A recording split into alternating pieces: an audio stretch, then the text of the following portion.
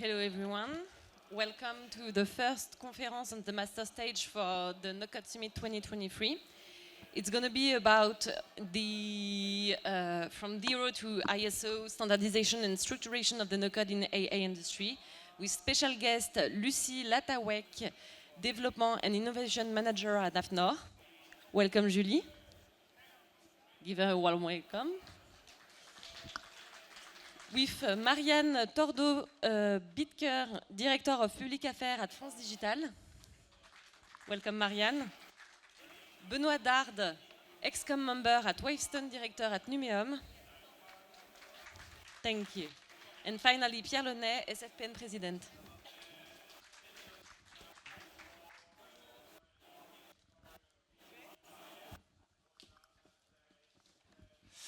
Thank you to be here. Thank you to have accepted my invitation for this first conference this morning. A very important topic because the syndicate is organizing the NoCode Summit, but it's working in many other topics and standardization, structuration of NoCode AI are our main purpose. We try to federate all the NoCode players and actors to help them moving and making possible to structure all the professional field. That's why we wanted to talk about this very important topic, mainly because we work this year with AFNOR and we'll discuss about it, about the launch of a very interesting project of standardization. So thank you to be here, Julie. Thank you to be here, Marianne from France Digital, and support the event of the NoCode Summit. It will be very interesting to discuss about regulations and all of this stuff. Benoît, thank you for your presence. You represent Numeum. This is very important to have you around the table because you're looking at NoCode and AI moving in the services of IT, and this is very cool that you can testify and testimonies about this very important topic. Margot, can I have a just to pass the slide?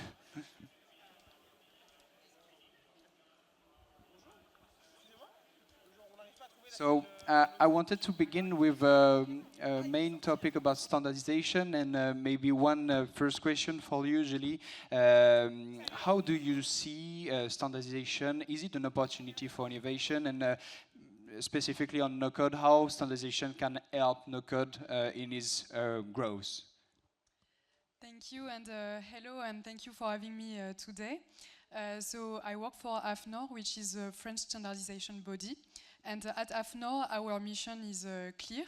We support innovation and emerging technologies while creating a framework of trust for businesses to develop their solution, and also for users to be reassured that certain criteria are met. So that's why AFNOR will launch a new French standard aiming to support the development of the NoCode sector. And I will switch to French because these standards target French market. However, we do plan to propose this standard at the ISO level, so it becomes an international standard. So if you're interested, please come afterwards to see me and we can discuss this further. And if you're lucky, I think you will have some subtitles, yes. So oui, donc je vais passer au français. Donc le no-code est une des tendances marquantes de ces dernières années et présente un certain nombre d'avantages, notamment quand il est couplé à l'intelligence artificielle. Et les solutions no-code, low-code permettent de gagner en temps, en flexibilité, de réduire les coûts et de réduire sa consommation énergétique, donc c'est assez intéressant.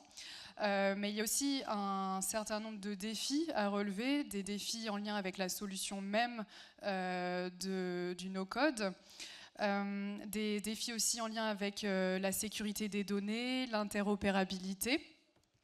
Bref, il y a plein de choses sur lesquelles il faudrait qu'on se mette d'accord en fait.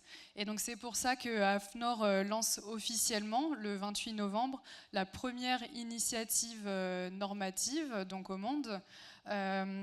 Et l'objectif, c'est vraiment de soutenir le développement de la filière no-code. Donc on va publier dans les 6 mois un premier document normatique qui fera référence en France. Et ça sera vraiment une boîte à outils pour vous accompagner dans le développement de vos solutions et aussi rassurer les utilisateurs, leur dire que voilà, un certain nombre de critères sont remplis et qu'ils peuvent utiliser votre solution en toute confiance. Donc voilà, et comme je disais tout à l'heure, une fois que ce document normatif sera publié au niveau français, on pourra le proposer comme base d'une future norme internationale, donc une norme ISO. Alors vous allez me demander qu'est-ce qu'on va mettre dans ce standard.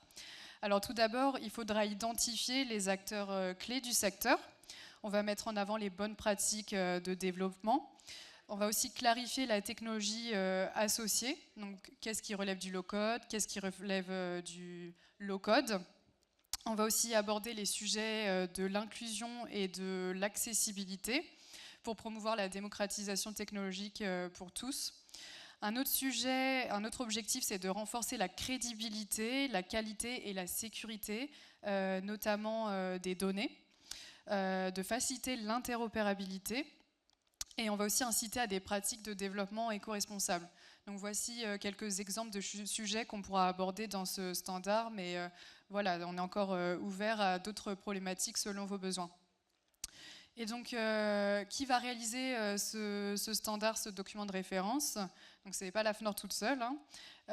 Il s'agirait d'une coélaboration avec l'ensemble des acteurs du marché. Donc évidemment, on va travailler avec le syndicat français des professionnels du NoCode, avec qui on lance la démarche.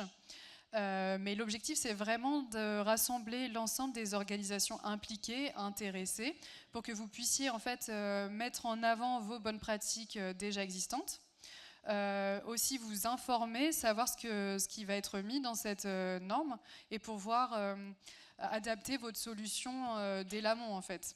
Donc je pense que participer à l'élaboration de ce standard vous permettra d'avoir un véritable avantage compétitif sur le marché. Donc voilà, mon annonce officielle.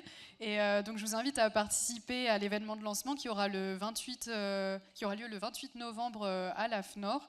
Et donc ça vous permettra d'en savoir un peu plus. C'est un événement ouvert à tous. Et voilà, et peut-être pour terminer en anglais, for the English speakers, please do not hesitate to come afterwards to discuss this further. I will be very happy. Thank you. Thank you, Julie. Marianne, about the regulation, when we prepared the talk, we discussed about how no-code tools may integrate the new regulation standards. How is it important? And from your part, France Digital is observing all the actors. How do you see it? Hello everyone, so I'm Marianne, I'm Director of Public Affairs at France Digital. We are an association which represents startups and VC investors in Europe. And the idea is that we do have all sectors represented at France Digital. And in part of that, we have no-code startups. And from my point of view, we see regulation as both a risk and an opportunity for startups. And what is very important to know and to have in mind is that regulation, being an opportunity, must be known, must be anticipated, and even as being part of the no-code industry, since you're part of a value chain, you have to integrate this regulation in your roadmap, because either the people to which we will provide your service, or the people who will buy your service will need from you to give some information, some proof that you're in accordance to this to a law or something. So you have to be aware of that. And one very important regulation that you must be aware of, in fact, I won't go so much into AI because it was just the panel just before us, but one other regulation that you must be aware of is the one that talks about ESG, so environmental and social issues, and that will absolutely transform companies in the next few years. And how will that transform you? as even though you're not, you may be, but if you're not a 500 people company, you will still be targeted with this regulation, because you will have to give information to the person that you will provide a service. And those information will be about whether you have a responsibility over the environment, what is your impact on biodiversity, what is your impact on the use of water and everything. So when I say that, you must be asking yourself, how can I know this information? How can I gather this information? As I'm only part of a value chain, how can I deal with that all compliance that will arrive in the next few years? Well, we are trying to build some framework to help you with that. But stuff like the standardization process is also part of the solution, because you will be all in the same standards. And that is very important to integrate, because at some point it may have you being outside or public order or private order. So that must be taken into account when you develop and when you try to train your teams and everything. Thank you, Marianne. And the idea with standardization and regulation is to push business to make things possible. And that's why, Benoit, I would like to ask you the first question of the second line and the second topic I would like to open today. Do you see how to steer investments of major players, how to help them to bring NoCode with in the companies, thanks maybe to the standardization and the regulation? So that's a large question. What is sure is that to have the context in mind, because of low-code, no-code, we can go faster, we can go easier, and I think that looking to the shortage of skills that we are facing today, but that we will struggle more and more in the years to come, we really need now to free up capabilities to code on those platforms and to build the processes needed and to sustain the processes needed in the business. And here I think we have part of a game changer with the generative AI, because when you mix low-code, no-code platforms with Gen AI, you can then give that tool into hands you wouldn't give today. That would be very easy, that should be very easy for non-IT guys, completely only business guys, to manage, to develop, for example, one day-to-day activity or application that they would like to have, like a workflow, for example, very easy things to do. Today, when we look at that, all the low-code, no-code platforms are ready to help to build that very quickly, but you still require some IT skills or some security concerns or blah, blah, blah. And at the end, you still rely on the IT part to be sure that you can deploy it at a huge scale. So now, I think one change that has to be managed in all enterprises is to, from an IT department point of view, accept the shadow IT, accept the fact that applications should be made in the future by non-IT department people. For that, I think that the IT department must build the coherent platform for the whole firm with the correct standards, way to use it, correct cybersecurity topic embedded in the solutions, and with and by building also a training journey for all employees of the company, so that the business can use those capabilities tomorrow. On this topic specifically, I think there is a question of governance, because maybe not just accepted the shadow IT, they can drive it and reduce it by accepting some tools, some tools that are on the norm, and that's a very good opportunity. Sure. I think the IT department must set up all the sourcing strategy about that. Technology strategy, saying, okay, this is this platform that are available for the company, this is the training journey for all of our employees, this is the security tools that you should use around the application you want to develop. These are the behaviors we want to get because of diversity, avoid some biases, things I'm sure you would tackle in your project of getting a norm around low-code, no-code. So it's really to the IT department to prepare and then free up the usage of that for all the company. And I think with the GenAI, it's a completely a big change, a big game changer for any of us that are not IT skilled to interact and to build solutions very easily tomorrow. And is it much more training or recruiting new resources? I don't know, Marianne, Benoit, if you want to share on this point, because when we prepared it, you told me, I think we have a much more training issue of the teams of the companies, much more than recruiting and hiring new people. Because the fact is, people that could tomorrow completely use that kind of tools, they are employees, they are current employees of the company. So it's not a question of having more people, more skills. It's just to let them know what they can do with those platforms, how they should use it, and let them play on it.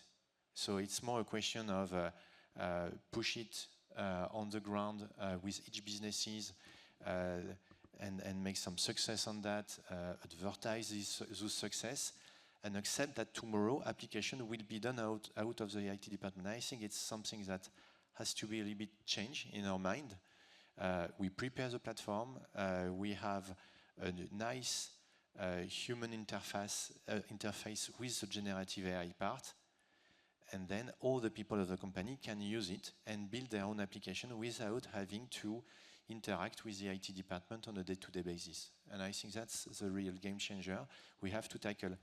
When we look at some studies looking to the amount of revenue coming from a low-code, no-code platform, they bet that the increase would be like multiplied by 2 in 2 to 3 years, because they have this feeling that we could really push hard on business side, on business guys, to use them and liberate it. And I think it's kind of a decision to make in the enterprise, to push hard, to have the correct sourcing strategy. But if you don't do that, at the end, the businesses would use it, because the shortage in resources that we can look at for the next coming years, some studies say that the shortage will be at 85 million of people required at the end of this decade. So it's enormous. We cannot compensate that. We cannot train our youngers to become those IT guys that we would need. So it's really a very large opportunity, I think, for low-code, no-code platforms to really embrace their public, their users, during the next coming years. Thank you. I think the best way to pursue this conference is that we take some questions about all the subjects: standardization, regulations, shadow IT. Please do not hesitate to ask the question of, I think there is a question over here.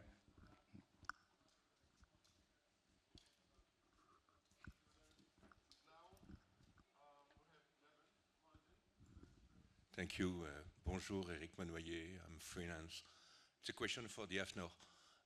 How do you see the process in order to come up with standardizations, given the very wide base you're starting from? Yes, I think it's a good question. So first we will gather all the organizations that could be interested in this standard. So it will be no-code solution makers, but also users, government, federation of organizations like Numéum or France Digital. And then after we will try to understand what are their needs, what they would like to see in the standard. And then after we will write all together the standard to answer to that needs, to that objectives. And then after we will publish this standard at the French level and then propose it as the base of an international standard at the ISO level. And it could be a standard that could be adopted by every country. So that's how it works.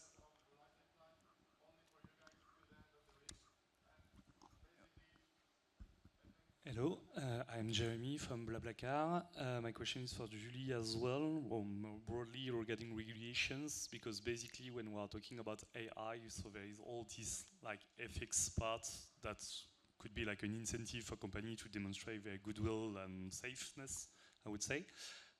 What is your perspective regarding if we are talking about low code and no code only, not AI, the incentive for companies to comply to certain regulations, because at some point, and I think that's you, Benoit, said it's the responsibility of the company to determine what kind of power they are willing to give to their users and to their employees.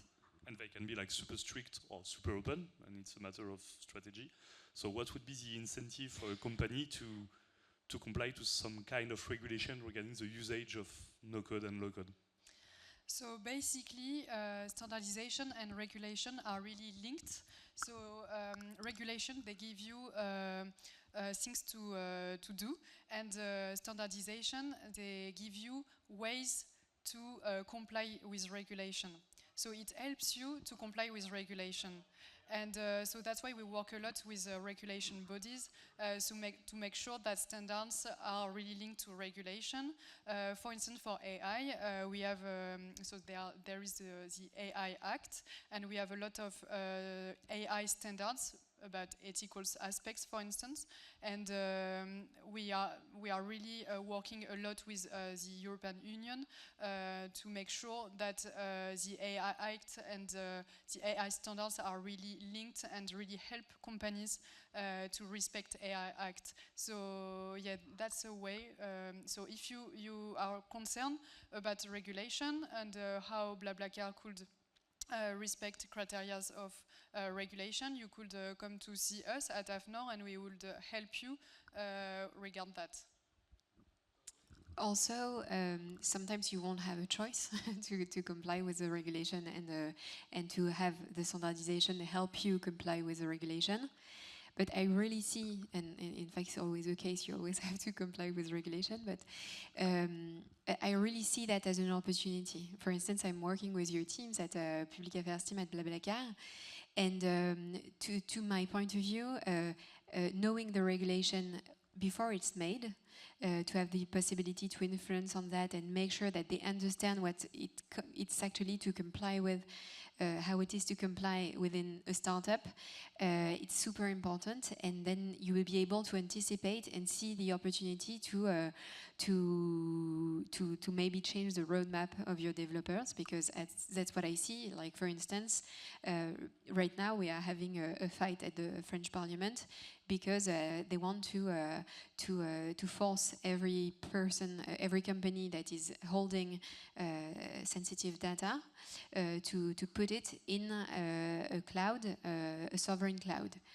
The idea of putting your data in a sovereign cloud is a very good idea, because if you have health data, you may not want that to be able to go to the US. But yet, it would mean that if you're a health company, you have to change everything that you've been developing on, that you have been allowed to provide to your users and everything. So since it will change absolutely the entire roadmap and the roadmap of the person who provides services to you, in particular no-code startups, then you have to anticipate that. So for me, regulation is part of the game, same as having to deal with how you manage your team and everything. So you just have to take this thing and having it turning it into an opportunity. Any other questions? There is one here.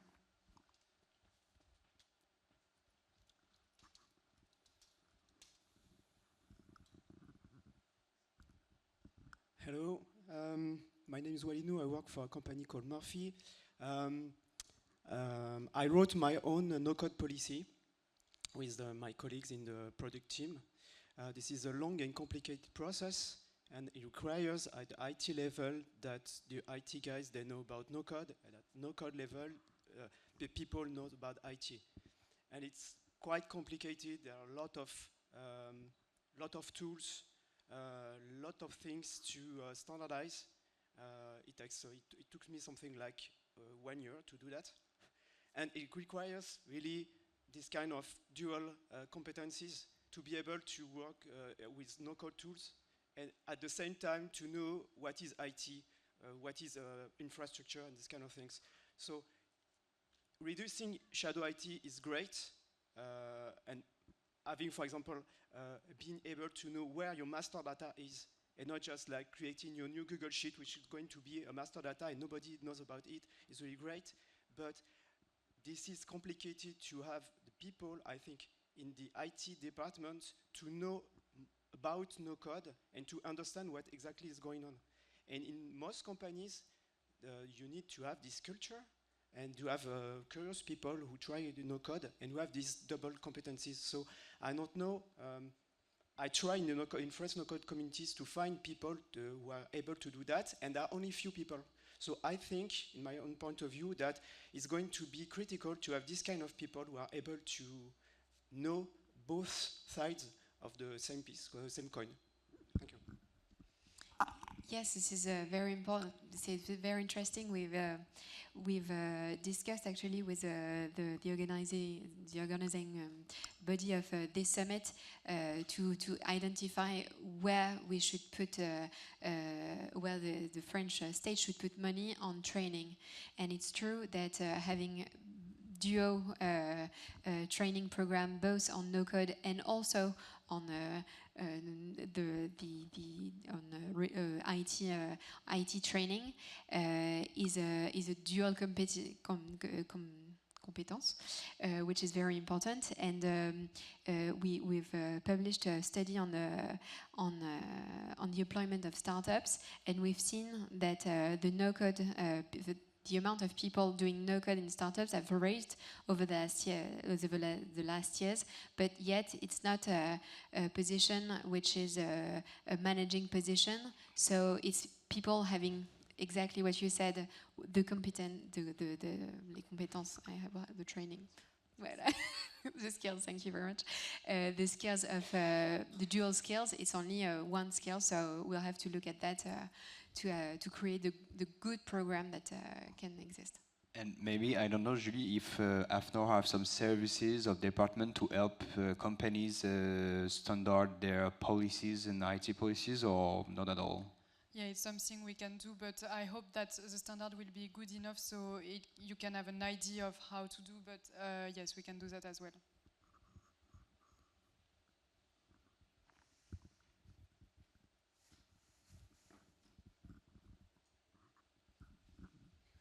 It's a question for Numeum. You said companies need to accept to have shadow IT.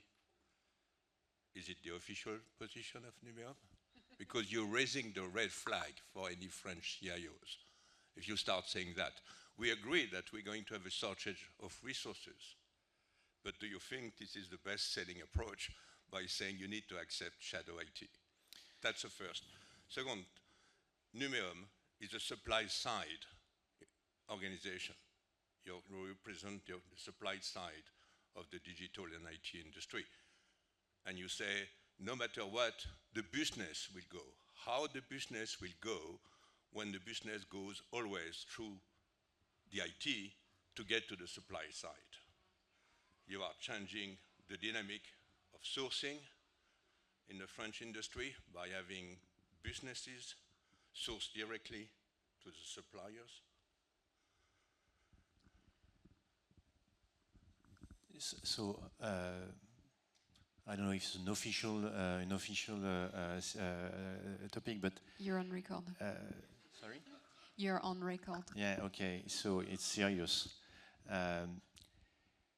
When we say shadow IT, I think we fear shadow IT because it's a beginning of a nightmare, because we see that things would be done in a way that, after all, a few months after that, we have to reintegrate it in the IT, face or struggle with some cybersecurity concerns, and so on and so forth.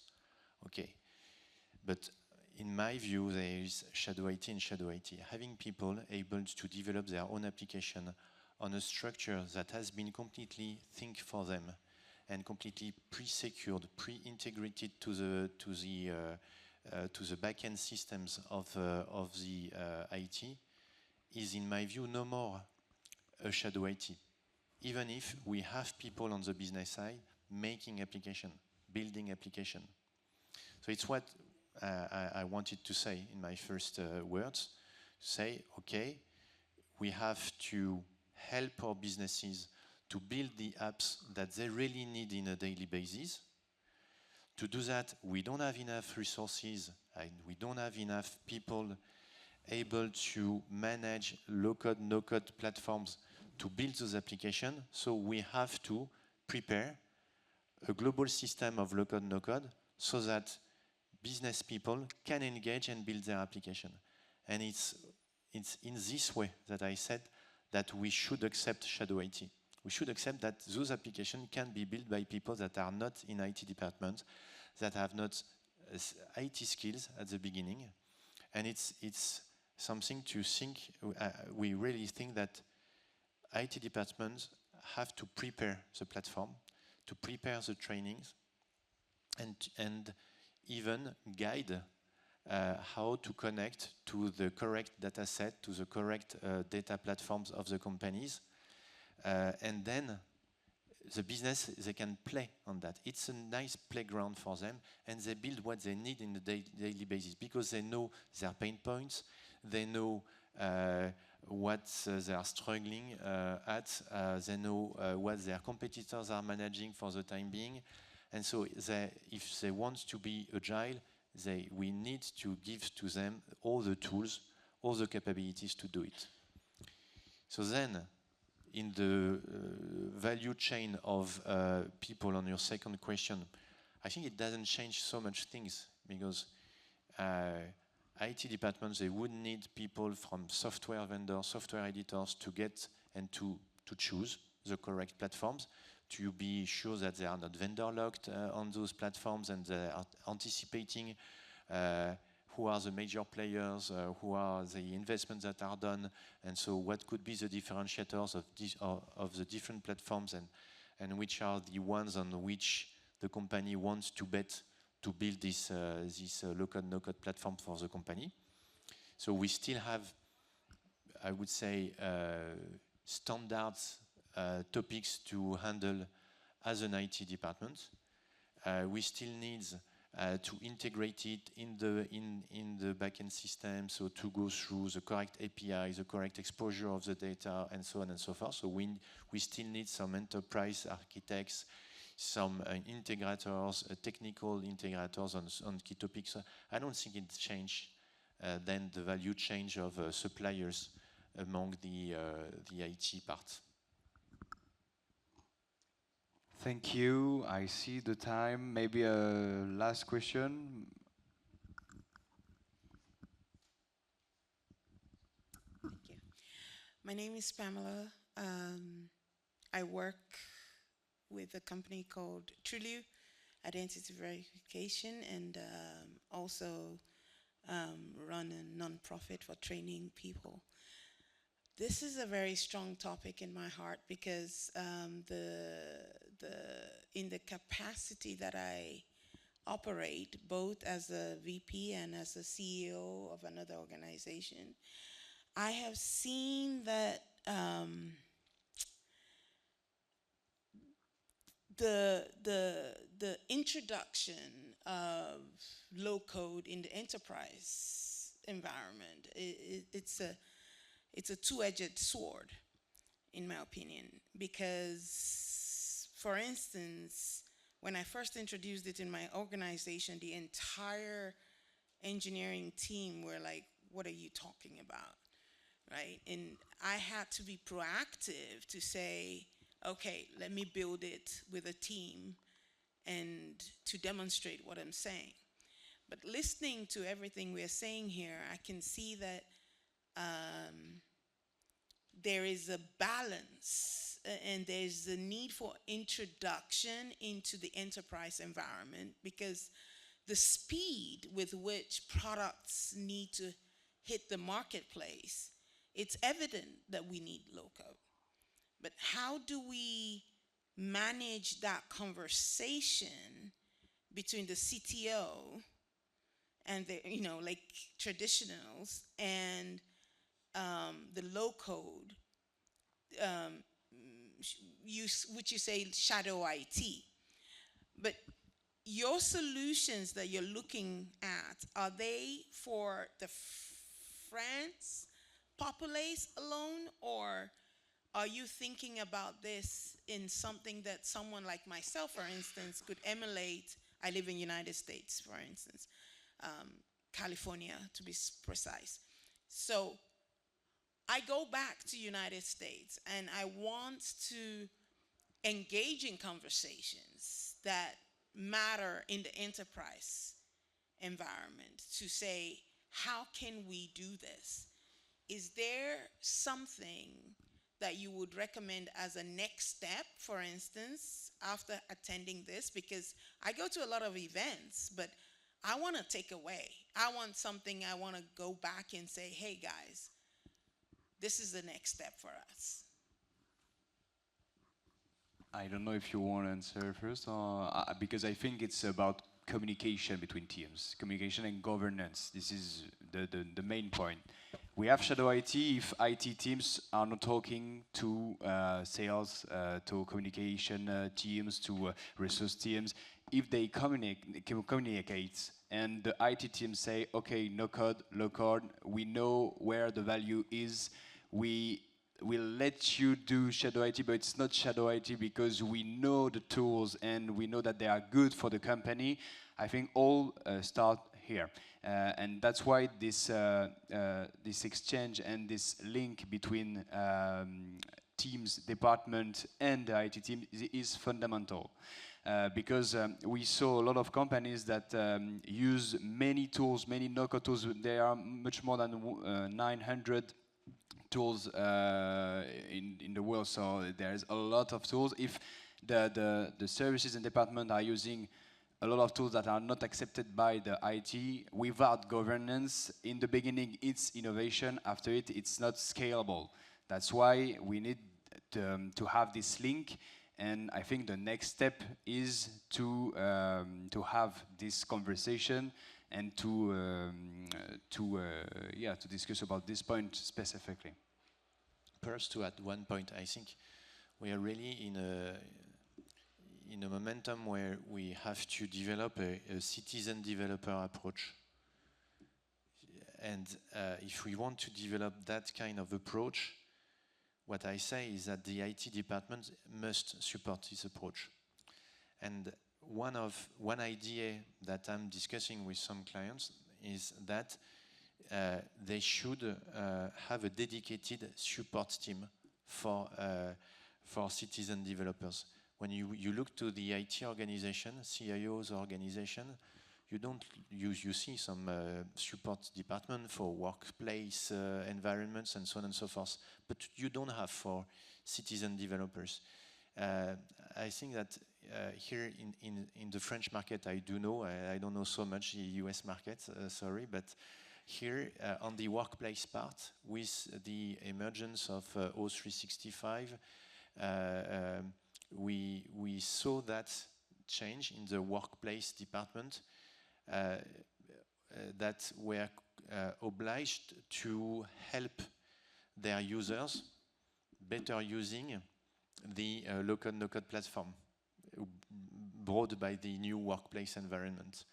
And here, I think they really need to set up that, and it must be a support well known for each businesses. So, okay, I know I have a platform. I do some try on it. I play on it. I have some difficulties. I can call and get help, support from a dedicated team. And I think that's one mean that should be interesting to test at large scale if we want to accelerate, because it's not only a question of trainings. We all are speaking about training, but perhaps we do a mistake by saying that every time, because it's more than training. It's the usage that would change. Your learning curve when you are using the product is amazing. And it's the same with the generative AI. Don't train people to generative AI. Give them their platform, their prompt.